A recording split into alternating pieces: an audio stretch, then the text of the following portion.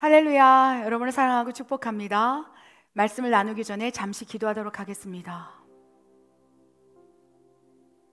하나님 아버지, 하나님이 계실진데 왜 불안에 떨겠습니까? 왜 막막하게 했습니까?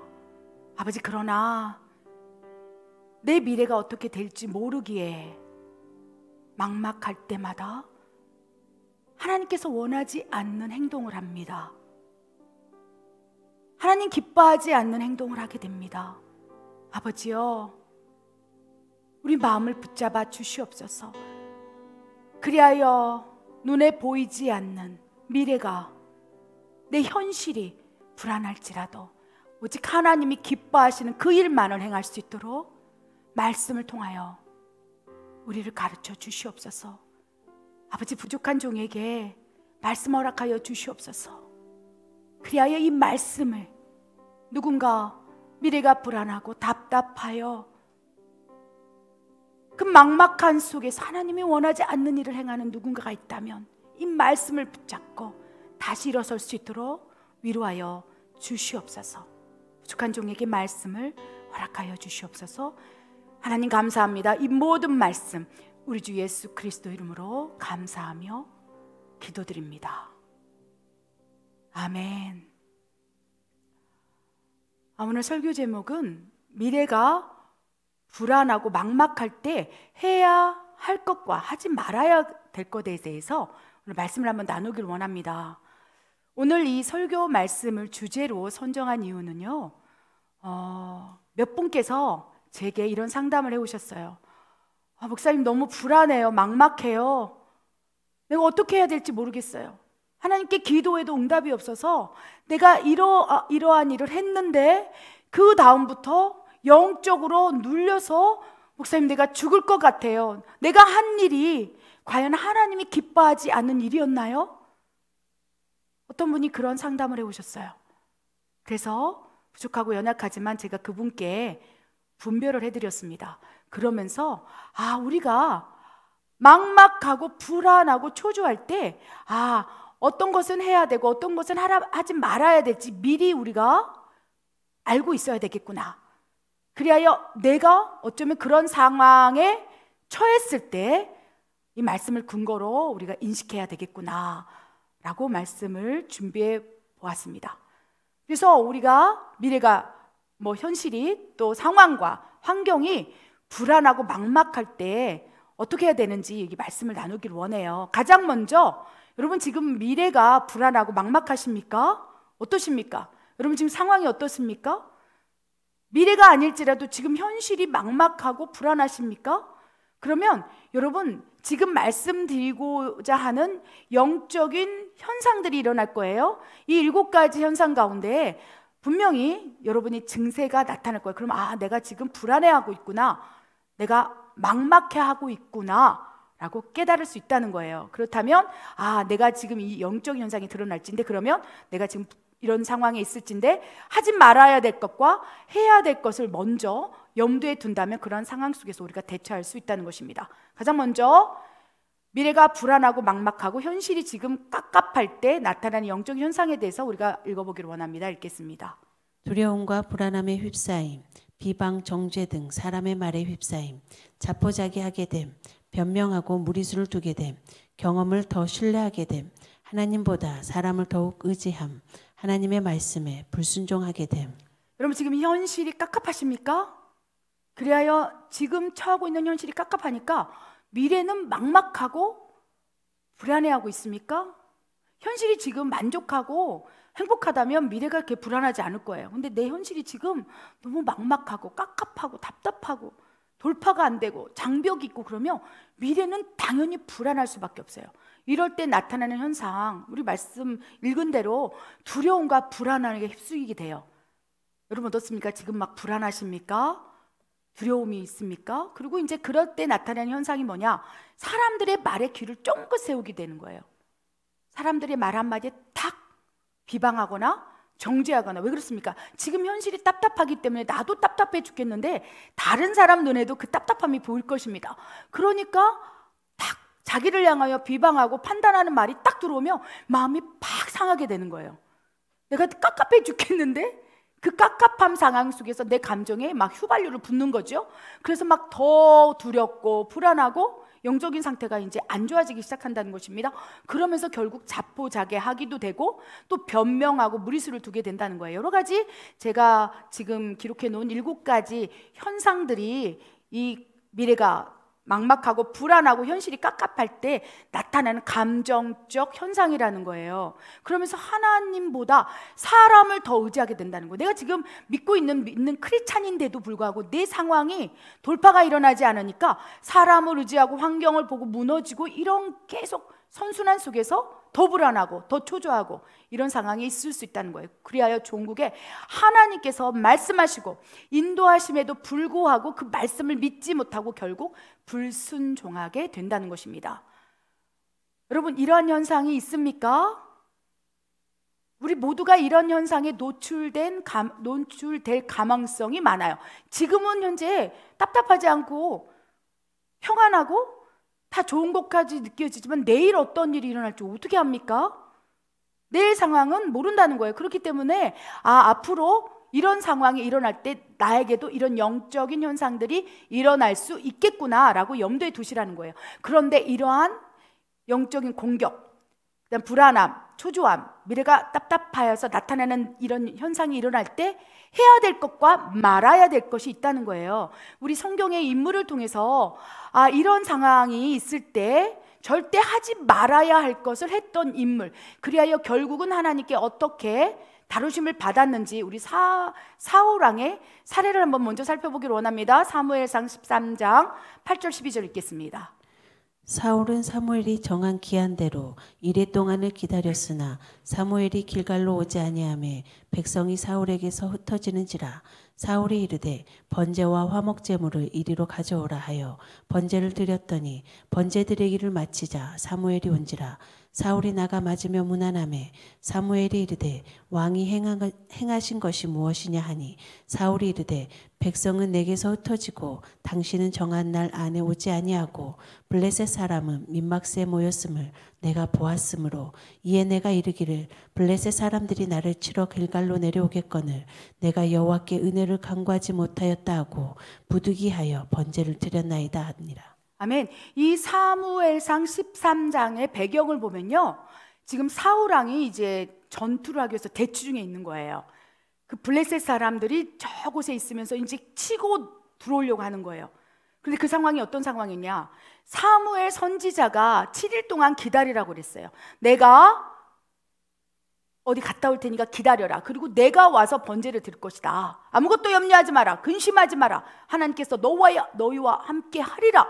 그렇게 말씀을 하시고 이제 사무엘 선지자가 떠나간 상태에서 이제 사울 왕은요 이제 깝깝하게 지기 시작했어요. 왜냐하면 7일 동안을 기다렸는데도 안 나타나시는 거예요. 사무엘 선지자가 안 나타나니까 이제 어떻게 됐습니까? 현실이 깝깝해진 거예요. 지금 블레셋 군대는 우리 앞에 서 있고, 그래야 막 이 전쟁을 하려고 달려오고 있는 상황 속에서 엄청난 상황에 임박함이 있는 거예요. 그러니까 막 답답한 거죠. 막 불안한 거예요. 여러분, 그런 상황이 있습니까? 어떤 일을 지금 당장 해야 되는데 내가 결정할 수가 없고 하나님께서는 기다리라, 하지 말아라 하는 상황이 있을 거예요. 그런데 지금 눈앞에서 전쟁은 일어나게 생겼고, 그러면서 이스라엘 백성들, 군인들이 막 흩어지기 시작하는 거예요. 막 눈앞에서 막 흩어지고, 그러니까 이 사울 왕이 이제 불안해하고 초조해요. 그래서 막막함 속에서 7가지 영적인 현상들이 드러나는 거예요. 그럴 때 어떻게 됐습니까? 하지 말아야 할 것을 사울 왕이 이제 저지르게 되었다는 거예요. 물론 상황이 깝깝합니다. 불안합니다. 그런데 그럼에도 불구하고 하나님의 말씀에 하지 말라 하는 것을 했다는 것입니다. 어떤 일을 했습니까? 자기 스스로가 사무엘 선지자가 해야 될 번제를 올리고 하나님께 제사를 지낸 거예요. 하나님 기뻐하지 않는 거예요. 하지 말아야 돼. 하나님께서는요 이 7일 동안 기다리라 하면서 오로지 사울 왕이 하나님만 바라보게 했다는 거예요. 하나님을 기다리는 훈련했다는 거예요. 하나님께서 친히 움직이기 전에 그가 움직이지 못하도록 훈련하고 지금 연단 중이었다는 거예요. 그래서 사무엘 선지자를 더 빨리 보낼 수도 있으나 하나님께서 하나님의 전쟁 가운데 사울 왕을 다루기 위해서 지금의 깝깝한 현실을 허락하신 거예요. 때로는 우리 삶 가운데 힘들고 어려운 상황이 있을 수 있어요. 사울 왕처럼 깝깝하고 불안하고 답답하고 막 내가 뭔가 하면 될 것 같은데 하나님은 하지 말라 하고 바로 한 발자국만 건너면 바로 건너갈 것 같은데 너 하지 말아라, 이런 말씀을 우리에게 주실 수 있다는 거예요. 사울 왕도 그랬다는 거예요. 그래서 막 영적인 현상이 막 불안하고 초조한 속에서 막 드러나기 시작했고 결국은 이제 어떻게 됐습니까? 자기가 하나님보다 앞서가서 하나님의 말씀에 불순종하여서 번제를 드렸다는 거예요.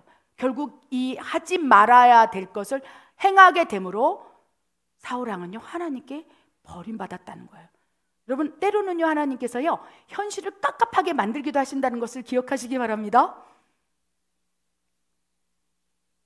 갈 바를 알지 못할 만큼 불안한 상황을 만드실 수 있어요. 그게 뭡니까? 고난을 줄 수도 있는 거예요. 다루시기 위해서. 이 상황 속에서 네가 나를 보겠느냐, 사람을 보겠느냐, 이 상황에서 불안해하겠느냐, 네가 여호와를 믿느냐, 하나님을 믿느냐, 왜 염려하느냐, 왜 근심하느냐, 무엇을 바라보느냐, 왜 스스로 포기하느냐. 하나님께서 그가 가진 기질을 바꾸기 위해서 이러한 깝깝함, 불안함, 초조함을 허락하시면서 하나님 다루실 수 있다는 것입니다. 그 다루실 때 하나님이 하지 말라 하는 것을 하지 않기를 원합니다. 사울 왕처럼.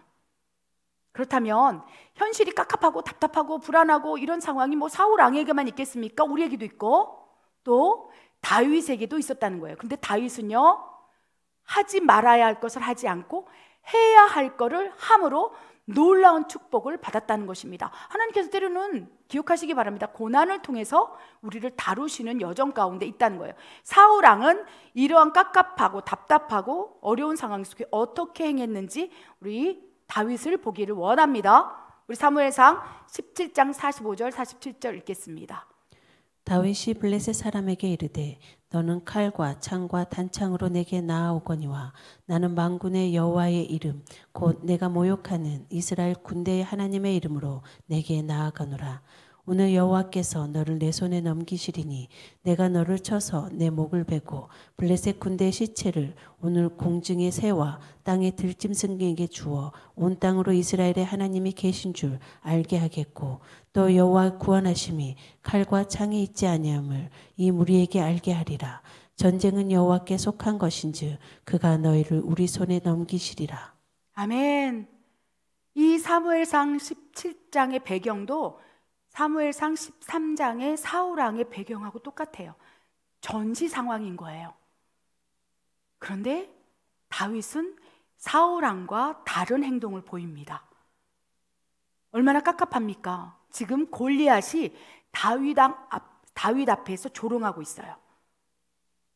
그리고 그 전쟁에서 이스라엘의 빼어난 용맹스러운 군사가 나가서 싸우고 있는데 다 시체로 돌아오는 거예요. 아무도 없는 거예요. 그때 다윗은 하나님의 영의 감동을 받아서 이제 물맷돌 하나를 가지고 이 골리앗 앞에 서게 되는 거예요. 얼마나 답답합니까? 다윗은 어리고 골리앗은 어마어마하게 큰 장수로서 지금 많은 사람들이 그 앞에서 죽어가고 있는 상황 속에서 눈에 보이는 것은 아무것도 없다는 거예요.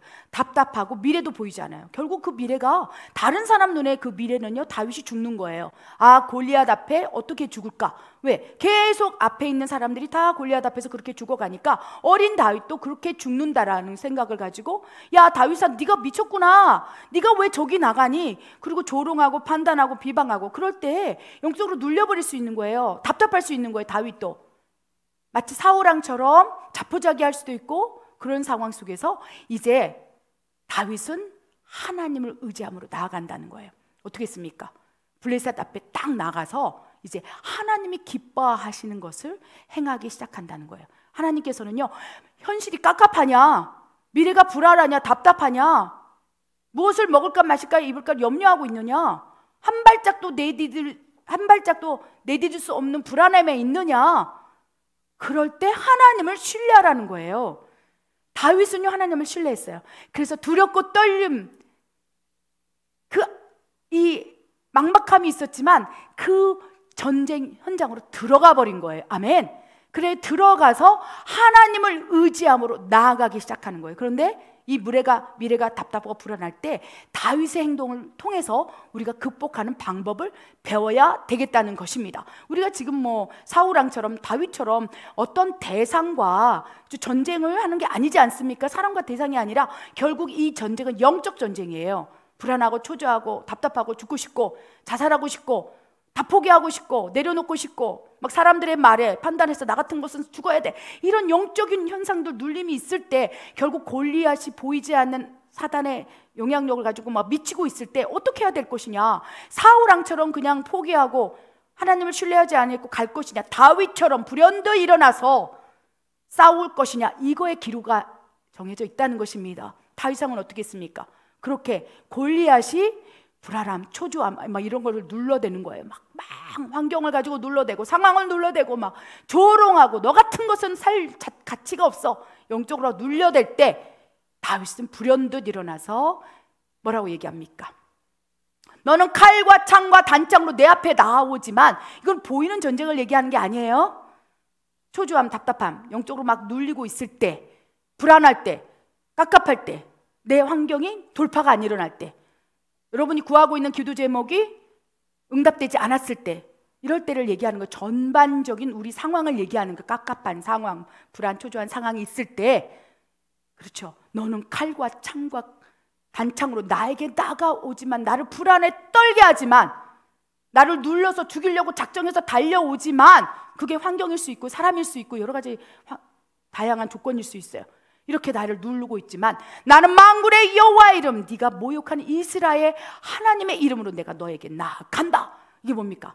결국은 대적하라는 거예요. 그런 눌림이 확 눌려올 때 나는 만군의 여호와의 이름으로 나아간다. 결국 뭡니까? 그런 불안하고 초조하고 어려운 상황, 깝깝한 상황에 있을 때는 예수의 이름으로 대적하는 방법밖에 없다고 제가 말씀을 드리는 거예요. 이 성경에도 그렇게 방법을 제시하고 있다는 것입니다. 그런데 대적하는 것만 끝나는 게 아니라 다윗은요 믿음으로 선포했어요. 믿음을 가지고 하나님 주신 약속을 믿었어요. 46절에 뭐라고 돼 있습니까? 오늘 여호와께서, 하나님께서 너를 내 손에 넘길 거야. 지금 네가 깝깝하게 하고 답답하게 하고 막 환경과 상황을 눌러서 내가 지금 숨이 쉬어지지 않도록 나를 지금 억누르고 있지만, 그것이 재정 없음일 수도 있고 질병일 수도 있고 각종 문제일 수도 있고 고난일 수 있어요. 이런 내 일상에서 느껴지는 모든 것을 총체적으로 말씀드리는 거예요. 나를 지금 죽으려고 달려오지만 하나님께서 너를 이 고난을 뛰어넘게 할 것이라. 이 전쟁은 여호와의 것이다. 이 문제는 내 문제가 아니다 라고 선포해버리는 거예요. 대적하고 하나님의 약속을 믿고, 만약에 먹을 것이 없습니까? 입을 것이 없습니까? 하나님께서 말씀으로 선포하셨어요. 무엇을 먹을까 마실까 입을까를 염려하지 말라. 말씀을 붙잡는 거예요. 그리고 믿는 거예요. 그리고 선포하는 거예요. 다윗도 선포했어요. 하나님께서 나에게 약속하셨다. 너를 넘긴다고 약속하셨다. 그러면서 이 전쟁은 하나님의 전쟁이다. 결국 이 문제는 내 문제 아니야. 내가 기도했고 하나님을 신뢰하고 하나님을 믿고 있기 때문에 이 문제는 반드시 하나님께서 해결해 주실 것이다 라고 선포하고 강하고 담대하게 다 불일 듯 일어날 때, 그때부터 하나님의 역사는 일어난다는 거예요. 사울왕처럼 현실이 깝깝하고 불안하고 초조하고 그 상황에 어려움이 있을 때 그냥 딱 포기해버려서 그 순간에 자기가 해결한다면 그 역사는 일어나지 않는다는 것입니다. 다윗처럼 불현듯 하나님의 이름을 부르고 하나님을 신뢰하고 나아갈 때, 그때부터는 하나님의 일이 시작될 수 있다는 것입니다. 여러분, 하나님이 여러분 삶 가운데 역사하기를 원하세요. 믿으십니까? 왜요? 하나님은 아버지시잖아요. 너무나 좋은 것을 예비하고 계세요. 하나님이 주시고자 하세요. 그런데 때로는 그 축복을 주기 전에 네가 이래도 나를 사랑하니? 이래도 네가 나를 신뢰하니? 이럼에도 불구하고 나를 믿니? 이 믿음의 테스트가 있다는 거예요. 그래서 어느 순간 그렇죠. 사울 왕에게 그냥 사무엘 선지자가 그냥 왔으면 좋은데도 기다리게 하시는 거예요. 기도 응답을 주지 않냐고 인내하게 하신다는 거예요. 그럴 때 우리가 다윗처럼 이 모습으로 나아간다면 하나님께서 때가 참에 놀라운 일을 행하신다는 것입니다. 또 한 사람의 예화를 살펴보기를 원합니다. 불안하고 초조하고 그럴 때 베드로는 어떻게 했는지 우리 말씀을 한번 보기를 원합니다. 누가복음 5장 3장 5절 읽겠습니다. 예수께서 한 배에 오르시니 그 배는 시몬의 배라. 육지에서 조금 떼기를 청하시고 앉으사 배에서 무리를 가르치시더니 말씀을 마치시고 시몬에게 이르되 깊은 데로 가서 그물을 내려 고기를 잡으라. 시몬이 대답하여 이르되 선생님, 우리들이 밤이 새도록 수고하였을 때 잡은 것이 없지만은 말씀에 의지하여 내가 그물을 내리리이다 하고 그렇게 하니 고기를 잡은 것이 심히 많아 그물이 찢어지는지라. 아멘. 우리 베드로도 지금 상황이 어떤 상황입니까? 깝깝한 상황이에요. 베드로의 상황을 지금 현실적으로 설명해 보면 일자리가 없는 거예요. 돈이 없는 거예요. 베드로의 자녀들이 몇 명인지는 기록되어 있지 않지만 베드로의 집에 장모도 살았다가 했으니 가족들이 있었을 거 아닙니까? 그런데 먹을 게 끼니가 없는 거예요. 그래서 어부인 베드로가 이제 배를 가지고 고기를 잡으러 나온 거예요. 일자리를 구하러 나온 거예요. 근데 하루 종일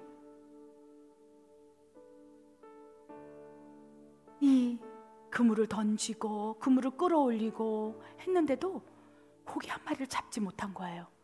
5절에 이렇게 기록되어 있지 않습니까? 선생님, 우리들이 밤이 새도록 수고했으되 잡은 것이 없다고 얘기했어요.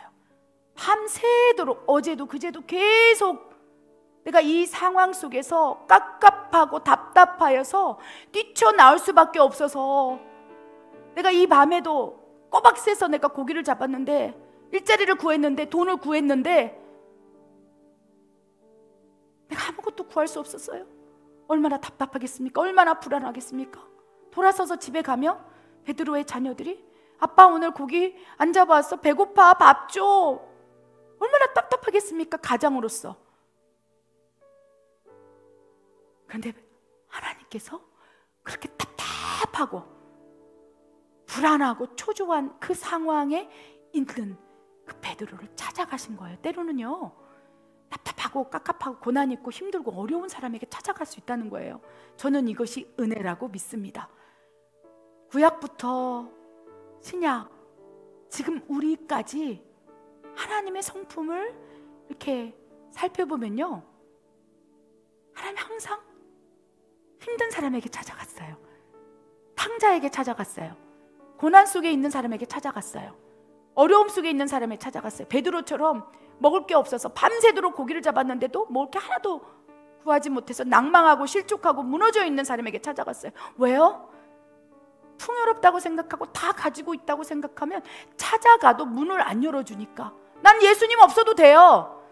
하나님 없어도 난 살 수 있어. 그런데 무너지고 실족되고 고난 중에 있고 죽어버리고 싶은 마음이 가득 찬 그 영혼, 베드로와 같은 실족된 마음, 깝깝하고 답답하고 불안한 그 영혼한테 찾아가서 네가 나를 의지할 수 있느냐? 네가 내 손을 잡을 수 있느냐? 한 번만 내 말에 의지해서 네가 다시 힘을 내줄 수 있느냐? 물어보시는 거예요. 그래서 하나님은요, 참 좋으신 하나님이에요. 부자와 나사로, 부자에게도 왜 안 찾아갔겠습니까? 그런데 부자는 외면한 거예요. 근데 거지 나사로에게 찾아가신 거예요.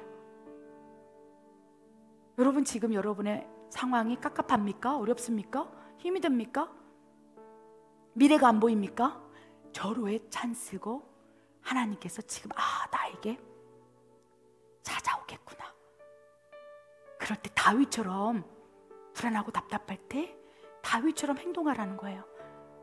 대적하고 믿음으로 받고 신뢰하고 선포하고 하나님이 있으면 됩니다. 하나님만 있으면 됩니다. 하나님이 일하실 것입니다. 이 전쟁은 여호와의 전쟁입니다.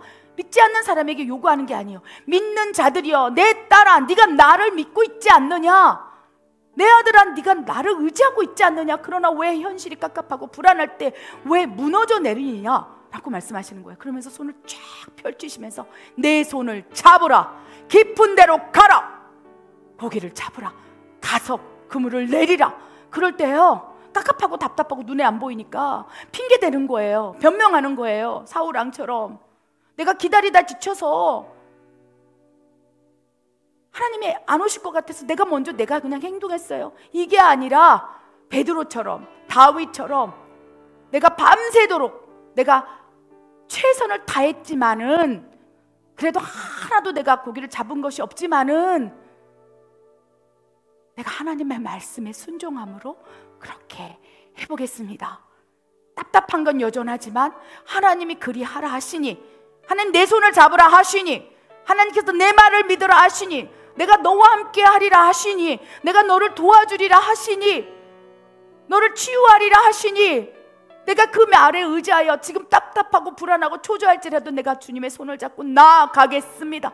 하나님의 말씀에 의지하여 내가 그물을 다시 내리겠나이다. 그물을 쫙 내렸을 때 밤새도록 아무 수확이 없었던 그 찢어진 이 그물이 그냥 올리는데 이렇게 딱 느끼는 거예요. 베드로가 와우, 내가 하나님의 말씀에 의지하여 순종했더니, 그 말씀을 믿었더니 뭐라고 되어 있습니까? 6절, 그렇게 하니 고기를 잡은 것이 심히 많아 그물이 찢어질 정도로 고기를 잡았더라.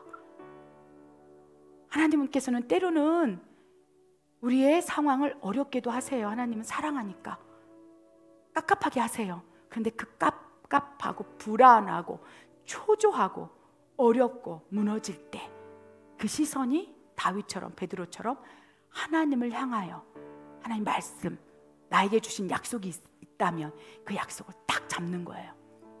그러면 그때부터 하나님의 일들은 시작됩니다. 그 문제는 이제 내 문제가 아니고 하나님의 문제로 이양되는 거예요. 내가 하나님의 말씀에 의지하여 한 발을 내디딜 때 그 전쟁은 여호와의 전쟁이 되는 거예요.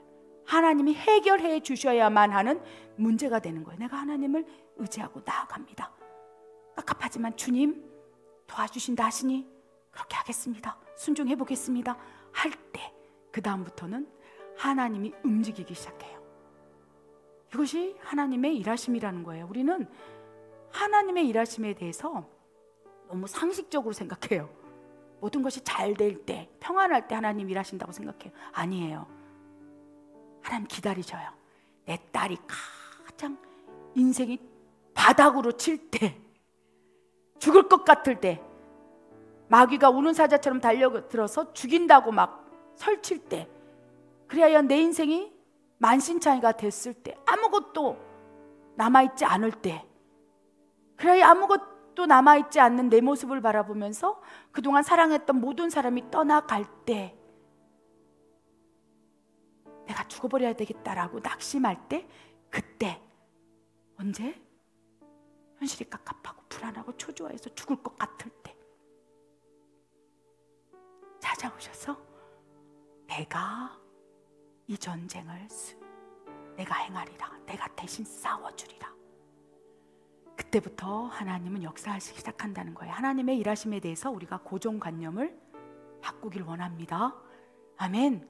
얼마나 많은 사람들이 지금 깝깝한 상황 속에 있습니까? 무너져가는 상황 속에 있어요. 왜 그렇습니까?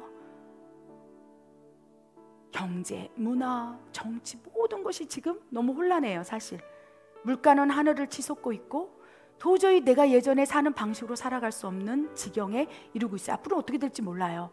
그래서 내 눈앞에 있는 현실을 장담할 수 없는 그런 상황이 우리에게 다가올 수 있어요. 오늘은 아닐지라도 내일이 그럴 수 있고, 내일은 아닐지라도 언젠가는 이러한 다윗과 같은, 사울왕과 같은, 베드로와 같은 상황에 처할 수 있을 수 있다는 거예요. 그때 기억하시기 바랍니다. 사울왕처럼 행하지 마세요. 눈앞에 바로 해결하는 것 같지만 결국 그는 하나님께 버림받았어요. 근데 어리석어 보이지만 다윗처럼, 어린 다윗이 물맷돌 하나를 가지고 골리앗 앞에 나갔을 때 그 가족이 말렸을 거예요. 어리석다고. 네가 나가서 뭘 할 수 있다고 그래. 너 아무것도 할 수 없어. 야, 그냥 포기해버려. 그냥 들어와. 그냥 내려놔. 야, 너 교만하다. 네가 뭔데? 그런데 다윗왕은요, 내 안에 하나님이 있어. 난 하나님의 이름이 있어. 이 전쟁은 하나님의 전쟁이고 내가 하나님께 기도했으니 이 문제는, 이 고난은 이제 하나님이 해결해 줄 거야. 그 말씀을 믿음으로 탁 받고 일어난다면 그 다음부터 역사는 일어날 것입니다. 아멘. 지금 여러분 현실이 어떻습니까? 현실이 막막하지 않다면 감사하십시오. 그런 현실이 막막해지고 깝깝해지고 죽을 것 같은 상황이 분명히 와요. 그럴 때 베드로처럼 그렇게 우리가 불현듯 일어나서 예수님의 제자로, 하나님의 군대로 쓰임받는 그 영광을 보기를 원합니다. 아멘. 그래요, 실패한 사람에게 찾아가는 하나님, 나는 너무 그 하나님이 좋아요. 저도 가족 3명이 7년 사이에 자살함으로 실패한 인생이었죠. 아버지가 몸에 달아 자살하고, 큰오빠가 물에 빠져 자살하고, 둘째 오빠가 몸에 달아 자살하는 실패한 인생 가운데 아무도 찾아오지 않았어요. 다 손가락질했어요. 그 현실이 너무 깝깝해서 자살하는 것밖에 나는 방법이 없었어요. 2-3 사람이 모여서 숙덕거리잖아요. 근데 전혀 모르는 사람, 길거리에서 만난 사람이 2 사람이 막 얘기를 하고 나를 흘끗 쳐다보며 꼭 그렇게 얘기하는 것 같았어요. 아, 저 사람이 가족 3명이 자살한 사람이야. 그 사람이 나를 몰라요. 근데도 나는 그렇게 노이로제에 걸렸다는 거예요. 불안하고 초조하니까 사람들이 수근수근거리면 다 내 얘기하는 것 같고, 그것이 나의 일상의 모습이었다는 거예요. 7년 사이에 가족 3명이 자살함으로 그것이 나의 삶이었다는 거예요. 죽을 것 같아. 결국 내가 선택해 할 수밖에 없었던 유일한 피할 길은 자살밖에 없었던 거예요.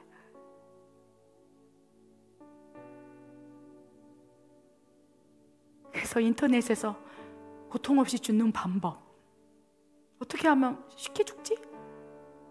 흉측하게 죽지 않는 방법, 죽어야지만이 이 깝깝한 현실, 미래도 없고 불안한 현실에서 벗어날 것 같아서 그렇게 무너져 있는 저에게 베드로를 찾아온 것처럼 찾아오시고 이렇게 말씀하셨어요.